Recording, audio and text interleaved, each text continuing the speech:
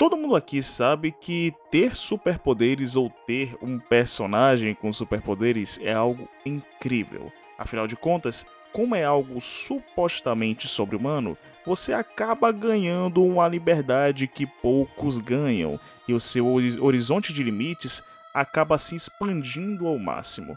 Mas assim, devemos lembrar que não é toda pessoa que tem essa liberdade, pois existe um certo abismo ficcional entre as pessoas ou personagens que dão sorte na escolha dos seus poderes e aqueles que acabam caindo no esquecimento, muitas vezes por vergonha dos poderes que eles têm, certo? Então eles acabam realmente sendo esquecidos e acabam se esquecendo também. Por isso mesmo, no episódio de hoje, eu explorei um pouco o polo que poucos exploram, que no caso é o polo dos poderes absurdos, para mostrar a vocês aqui no vídeo de hoje.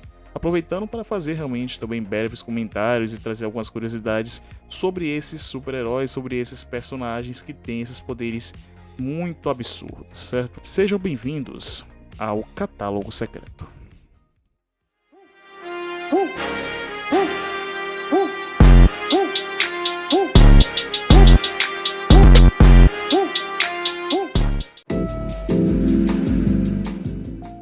O primeiro poder a ser falado aqui é um dos que eu mais me assustei quando eu vi no HQ, sabe? Porque eu lembro de ter visto isso alguns anos atrás, quando o personagem da HQ que eu tava lendo referenciou esse personagem e ele apareceu em um quadro, acho, né? Num quadro ou numa página seguinte, certo? Como se ele fosse alguém importante e tal. E quando eu vi, eu fiquei assim, tipo, cara, quem que ia escolher esse poder, velho? O que que é? Meu Deus do céu, é um poder idiota, tá ligado? É um poder meio estranho, tá ligado? Não sei se alguém ia escolher ou cair com esse poder. Cara, é muito bizarro. E o poder que eu estou falando é o poder de destacamento de membros do próprio corpo, usado primariamente pelo herói ou vilão Arm Fall Off Boy da DC Comics. O Arm Fall Off Boy, ou melhor dizendo, Floyd Belkin, é um personagem bem antigo da galeria da DC Comics, viu? A sua primeira aparição foi na edição 46 da Secret Origins, lançada em 1989, e os seus criadores são o escritor Gerard Jones e o artista Curt Swan, onde ambos acabaram se inspirando realmente numa paródia de herói que acabou sendo enviada, né, naquelas cartinhas de fãs que tinha anteriormente. Aí uma delas caiu na mão deles e ele resolveu utilizar isso realmente para criar um personagem novo dentro da DC Comics. O Arm Fall Off Boy acabou se apresentando em algumas edições, certo? Com esse nome, acabou realmente atuando com esse nome também, certo? Só que aconteceu o seguinte, aconteceu que em 1994 ocorreu um evento chamado Zero Hora, e após esse evento, o Arm Fall Off Boy mudou de nome, passou a se chamar Splitter, ou The Splitter, e também toda a origem dele foi mudada e outros mais, para realmente caber aos novos eventos pós Zero Hora de 94. E para aqueles que vão confundir, né, vão ver aí na tela e vão acabar dizendo que ele já apareceu no live action, não. O que apareceu no live action no Esquadrão Suicida do James Gunn é totalmente outro personagem, não é realmente o Splitter, não é o Arm Fall Off Boy. O que aparece no Esquadrão Suicida do James Gunn é um outro personagem chamado TDK, The Detachable Kid, ou então o Garoto Destacável. É um personagem totalmente diferente e ligeiramente mais fraco que o The Splitter, que o Arm Fall Off Boy, porque o TDK ele só destaca os braços, enquanto o Arm Fall Off Boy ele basicamente destaca as pernas e os braços. Então basicamente ele é bem mais forte e ele é bem mais doido que o TDK. Agora que a gente já sabe um pouco da origem do Arm Fall Off Boy, ou The Splitter, a gente pode comentar realmente um pouco sobre esse poder bizarro, pois o Arm Fall Off Boy ele tem a habilidade de separar membros do próprio corpo, tanto as pernas quanto os braços. Logo, ele não usa um estilo de luta convencional, como karatê, como kung fu e tal. Ele basicamente cria seu próprio estilo de luta, já que ele pode realmente se separar dos próprios membros. Ele pode destacar braços, pernas, mas é visível que ele não pode destacar membros importantes, como o coração, né, e tal, ou então membros internos, e também ele não pode destacar a própria cabeça. O que nos leva a crer que se o vilão for esperto o suficiente para sair na mão com ele vai ter, ele no caso o vilão, né, ou o herói, ele vai ter que atirar realmente ou na cabeça ou no coração, porque, de fato, o busto e a cabeça é a base dele, e ele deixa solto. Quando você vê nas HQs que ele tira realmente os 4 membros, ele literalmente fica solto, ele não tem realmente muita estratégia do que fazer realmente com o busto quando ele se destaca, certo? Às vezes o herói ele acaba carregando ele, ou então o herói acaba protegendo ele, mas se ele for na mão sozinho, ele literalmente perde, porque é só o vilão realmente ser forte o suficiente para fazer ele destacar os 4 membros e atacar realmente diretamente ele. Então, ele, por ter esse poder, ele acaba realmente sendo um herói, um tipo de poder, um tipo de vilão, herói e tal, que ele é um bucha de canhão, né? Assim como até o próprio TDK foi um bucha de canhão lá no Esquadrão Suicida. Então ele é um herói que é mais pra você testar o vilão. Vamos supor realmente que tem uma situação onde o vilão ele é muito poderoso, só que a gente não sabe os limites do poder dele. Aí realmente entra esses tipos de herói, né, com esses tipos de poder que não serve pra muita coisa, aí acaba realmente servindo como bucha de canhão pra muita equipe, né, pra ver realmente qual é o nível de capacidade do vilão, pra entrar realmente de fato os verdadeiros heróis, as verdadeiras pessoas que têm realmente um poder útil pra derrotar ele, certo? Então, ele é mais um bucha de canhão. O poder é tão ridículo que ele acaba realmente sendo uma bucha de canhão pra muitas equipes que ele for participar. Mas se você achou que esse poder ainda é estranho, se liga que essa lista ainda vai te surpreender. Por mais curta que ela seja, ela ainda vai te surpreender, velho. Porque esse poder aqui, ele literalmente ele tem a sua estranheza, certo? Mas a partir do momento que você começa a conhecer um pouco ele, você acaba achando algumas utilidades. Não é que nem o Floyd Bank, certo? E o poder, ele é basicamente uma bola de bilhar. É uma bola de bilhar com um pescoço de ouro, certo? E originalmente ela já tem um formato estranho, mas isso aí pode piorar muito, muito mesmo. Eu estou falando de uma das vilãs do Cabeça de Teia, do nosso querido Homem-Aranha, que apareceu no X-Men 97, né, no caso, que é a Ruby Thursday. E a Ruby Thursday, olha, ela tem até uma origem que é interessante, viu, velho? Olha, se a gente estivesse na época de Sam Raimi e outros mais, com certeza ela iria aparecer no Homem-Aranha 4, porque a origem dela é bem interessante. Ela era uma ex-cientista especializada em computadores orgânicos, ou seja, computadores que têm biomassa dentro deles. E um dia ela resolveu fazer um experimento em si mesma. Porque assim, né? Cobaia, há de mim usar cobaia, né? Há de mim pagar CLT, pagar FGTS pra uma pessoa ser minha cobaia, né, velho? Então a gente tem que usar o experimento dentro da gente mesmo pra evitar de pagar FGTS pra funcionário, né? Olha só. Conhece pobre, Cassandra? Pobre qualquer coisinha tá entrando com ação trabalhista. E por isso, para evitar pagar cobaia, pagar FGTS e outros mais, certo?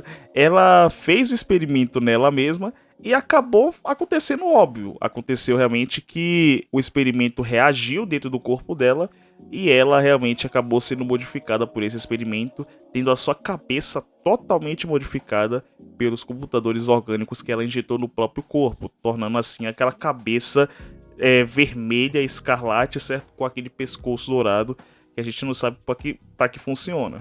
A primeira aparição da Ruby Thursday está marcada na edição 32 de Os Defensores, ou The Defenders, lançada em fevereiro de 1976. Ela estava sendo apresentada pelo Gorilla Man para fazer parte de um novo grupo que iria atacar os Defensores, que no caso é chamado de Os Headmen, formado por Shondo, o Místico, Gorilla Man, Shuriken Bones e, claro, a nova integrante, que no caso era a Ruby Thursday. Dentro dos seus vários poderes, inclui também a sua inteligência, o que faz dela uma vilã tática, ou seja, uma vilã que nos primeiros momentos da luta vai se esquivar pra cacete, procurando o seu ponto fraco, até realmente fazer alguma coisa. E também tem a sua cabeça, que pode mudar de forma tanto para qualquer coisa quanto para qualquer pessoa. Ela pode ser qualquer pessoa e a sua cabeça pode imitar qualquer coisa, tanto de um martelo quanto até uma pessoa real. Ela pode fazer realmente essa mudança. Além de que, além dessa mudança, também tem realmente a regeneração limitada e também ela pode disparar raios de energia e causar explosões, e ela pode realmente se livrar de um ataque muito poderoso, destacando a própria cabeça. Então, se ela tiver realmente numa situação de muito perigo, onde ela vai morrer literalmente, ela pode tirar realmente a própria cabeça e depois voltar com ela de novo, certo? Como se fosse um tipo de boneco. Quando você vê de longe, você diz, pô, Dave, ela pode ser estranha, mas ela tem umas utilidades foda, viu, velho? Ela é boa. Mas, assim, por se tratar de uma cientista e por ser realmente uma vilã tática, você já pode esquecer realmente um fator muito grande de uma vilã tática, que no caso é a agilidade. E também a gente tem que lembrar que não é porque a vilã é uma vilã tática que ela realmente vai virar o suprassumo da agilidade na Marvel, certo? Porque, pelo que a gente sabe até agora, a pessoa mais ágil dentro da Marvel, sem poderes, é a Viúva Negra. A pessoa mais ágil da Marvel com poderes é o Pantera Negra, e sem poderes é a Viúva Negra.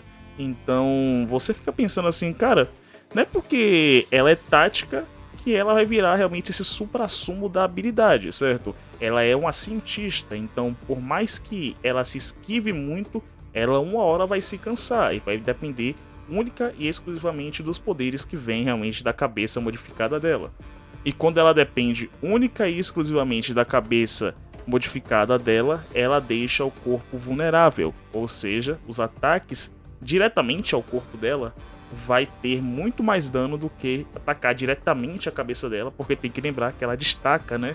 Então, realmente, por mais que ela faça muita coisa, ela tenha muita coisa com esse poder bizarro, vale lembrar que ela é realmente uma pessoa com poder muito vulnerável, né? Porque é só cabeça pra cima, no caso. Mas ainda assim, realmente, é um poder que entra aqui na lista. Cara, mas esse aqui é meio nojento, velho. Então, se você tiver comendo alguma coisa, pare. Ou então, se você não comeu ainda, não pense em comer aqui agora. Pule para outra etapa, porque esse aqui é nojento. Principalmente para você, telespectadora, aqui realmente da Story Notes. Pois a próxima individualidade estranha já aplicada na ficção afeta mais o público feminino do que o público masculino. Para você ter ideia, pra gente, o público masculino, pode ser até uma parada engraçada, sabe? Tipo um episódio altamente escatológico do South Park. E para elas, assim, em questão de comparação, pode ser uma coisa totalmente machista, velho. Então, pode se preparar que aqui é uma coisa bem nojenta, certo? Enfim, estamos falando da Heavy Flow e o seu poder estranho de atirar sangue menstrual em alta pressão pelas suas genitais. Ai, bicha, que nojo! Cara, é um bagulho tão bizarro que até no nome dela tem um trocadilho, certo? Porque pra quem não sacou, tem um trocadilho em inglês no nome dela, sabe? Tipo, Heavy Flow. O nome dela é Flow, então, como ela é gorda, então Heavy Flow. E Heavy Flow é uma gíria levemente formal para fluxo intenso, ainda no contexto da menstruação feminina. Meu Deus do céu, velho. Cara, é de uma coisa bizarra, velho. Meu pai do céu. Olha, e isso aqui só é um pouco, 1% dos poderes estranhos que já passaram realmente pela ficção. Mas vamos lá, vamos apresentar realmente a personagem aí pro público, certo? Porque Heavy Flow, ela pertence ao universo americano das HQs do Savage Dragon. Savage Dragon é uma série de HQs publicadas pela Image Comics e que participam do Image Universe, o universo Image. A narrativa da HQ foca exclusivamente no Savage Dragon, um policial que tem poderes de se transformar em um dragão humanoide e que tem realmente super força e outros mais, certo? Ele já é realmente um dragão meio murchinho na realidade, aí ele fica todo bombadão, assim, sabe? Tipo, e ele realmente tem super força e outros mais, e todas as aventuras, eles giram em torno dele.